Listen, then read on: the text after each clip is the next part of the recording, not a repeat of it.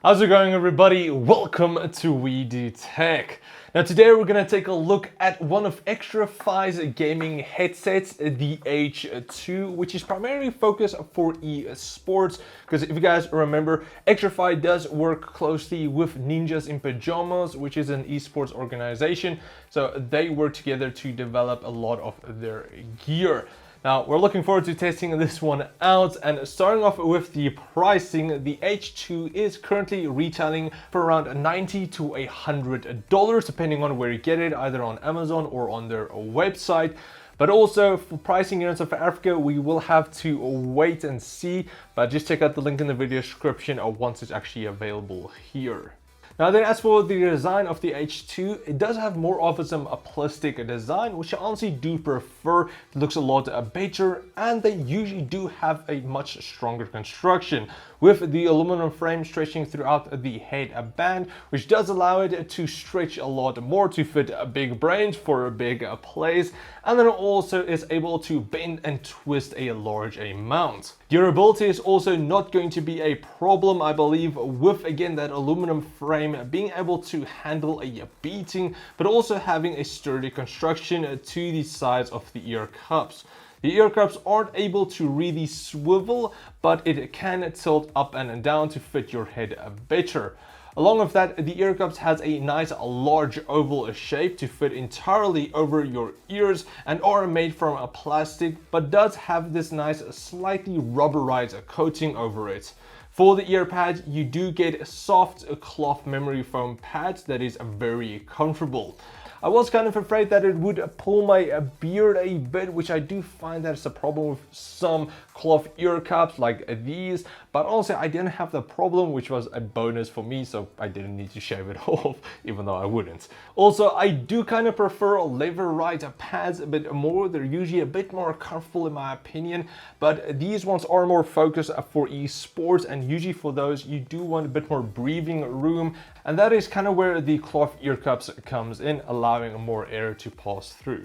Now, the next big plus for the H2 comfort-wise is that I had no problem with that irritating ear scratching against the inside of the driver wall. That was honestly not a problem for this headset. The cushions do seem to be around 5mm thicker than compared to some of the other headsets I compared it to, and also you do get a nice soft and thin cloth layer over the drivers that does seem to do a really good job. But of course, user experience is going to differ depending on your ear size and ear shape. But for me, I was honestly completely fine, and yeah, I honestly did like it. Same goes for the headband's padding. The leather-wrapped padding does have a nice foamy foam inside, which did also feel nice and comfortable on my head. But however, clamping force on the H2 was a bit too little. Now, it was very comfortable, it didn't squeeze your head or anything, but it was so little that any small amount of head shake, it would actually slide off my head. Now, I think I have a pretty normal sized head, but even with normal shakes or just moving around a bit too quick, it did slide off my head. So that is a problem that it unfortunately has, but again, it is very comfortable. You just shouldn't headbang or get too excited really. But now, of course, it wouldn't just randomly slide off your head, but yeah, just be careful not to go too crazy. But now getting into sound quality, the H2's was plenty loud enough for me, with me actually lowering it a bit more. But it did feel like the highs was a bit lacking compared to the mids and the lows, which did make it sound a bit more muddy. Now, it wasn't bad per se with the bass having a nice low end, but it wasn't as good as some other headsets that I tested in the same price range. But honestly, if you're just going to game with these, which are their main focus, it's honestly not going to be a problem with them having that lower end. It does actually add a bit more emphasis on footsteps around you, and it also makes explosions a lot more powerful. But now moving on to sound bleed and sound isolation. Because of the clamping force being a bit lacking, it doesn't make a proper seal around your ear. So sound bleed is going to be apparent in this headset. If you are close to people, they will be able to hear what you're listening to, especially if you do crank it up a bit more. So keep that in mind. And then also the same goes for sound isolation. You will be able to hear people around you if your volume is low.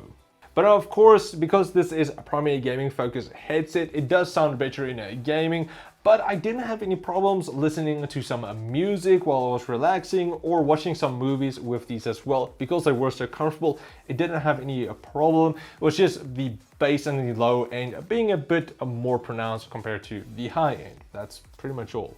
Then just before we get into the microphone, for the cables, you do get a fixed black and yellow braided cable that is around 1.1 meters long with a TRRS connection at the end, but you do also get an included extension cable that is around 2 meters long and then it splits up into a dual TRS connection. Along with that, you do get a short TRRS to dual TRS splitter for your mic and for your headphones.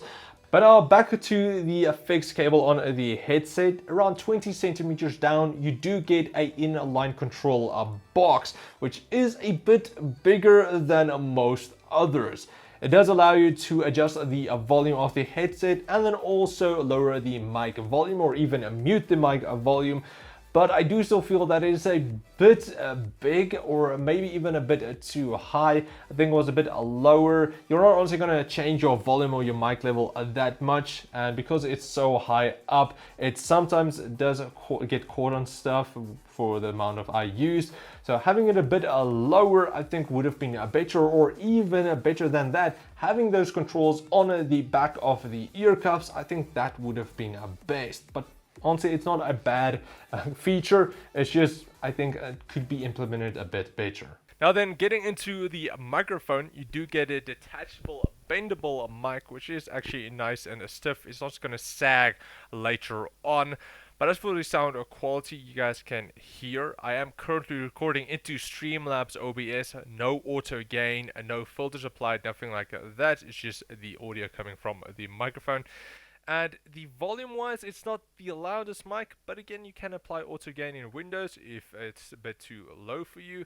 And as for how it sounds, it still has that distinct gaming headset sound to it, being a bit more nasally, and the sound quality being okay. It's honestly not the greatest, but for just gaming friends, it should be fine. Also for noise cancellation, I'm typing on a MX Blues here, and it doesn't cancel out anything really. But if you want to, you can do that in like Streamlabs OBS if you want to apply filters there, or I believe Discord also has some filters that you can apply.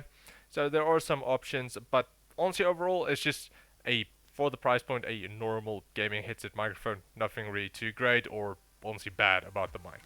So then in conclusion, the H2 from Xtrfy is a really nice gaming headset, delivering very good comfort. Honestly, I was able to use these for long periods at a time without any issues, and also having a really nice construction. Again, I do like this design a bit more than the entirely gaming looking one. It's a lot more subtle, which I do prefer. But in all honesty, I'm not sure if it's enough to really make the headset stand out above the competitors around that $90 to $100 price range. That is a really hectic price range to be in. There's a lot of other really good gaming headsets in that same price range, like the HyperX Clouds, Alphas, and then also the Logitech G Pros that are reviewed recently. Both those are really good and honestly a bit better in my opinion for the money you pay. So it is going to be a bit hard to recommend the H2 above those, but it's still a really good gaming headset in my opinion. I just think in the end it's going to be more up to brand loyalty. If you do like the brand more, you're going to support them and you're going to get the H2. There's nothing wrong with the headset, it's just that there are some others that might be better for the exact same price point. But again, if you do like the brand Xtrfy and want to support them, what they do for the esports community, then definitely check these out or any of their other peripherals. Pretty much all of the stuff that we tested so far is really good. It might just not be the price point that's a bit high. They might need to lower it a bit more to compete against the other larger brands, which is usually a problem for a smaller brand like these. But anyway, doesn't take away that it's not a good headset or a good product in general. It's just going to be that. But anyway, thanks for watching, guys. I do hope you enjoyed it. If you did, please like, share, subscribe, and comment like always. Also, a big thanks to Xtrfy for sending these over for review. And if you want to get it for yourself, I will leave links in the video description where you can get it on Rebeltech possibly in the near future, and then Amazon if you do live overseas, or on Xtrfy's website. But anyway, that's pretty much it. Thanks for watching, guys, and I will check all of you next time. Cheers, guys.